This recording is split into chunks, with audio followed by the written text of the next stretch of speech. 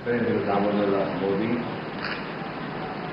लोकसभा में स्थान करने के लिए अभ्यर्थी के रूप में नाम निर्देशित हुआ।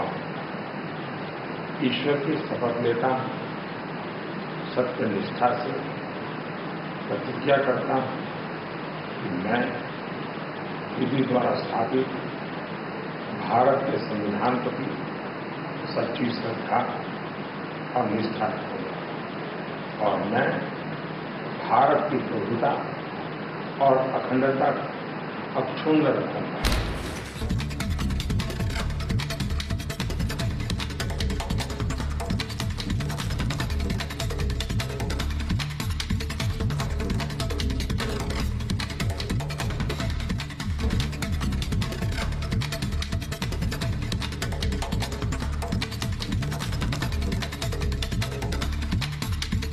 দাবি ত্যাগ এই চ্যানেল কোনো প্রচার করে না হিংসাত্মক, ক্ষতিকারক বা অবৈধ কার্যকলাপ। এই চ্যানেল দ্বারা প্রদত্ত সমস্ত বিষয়বস্তু শুধুমাত্র একটি শিক্ষামূলক উদ্দেশ্যের জন্য। ধন্যবাদ। শুভেচ্ছা টিম আমার বাংলা নিউজ।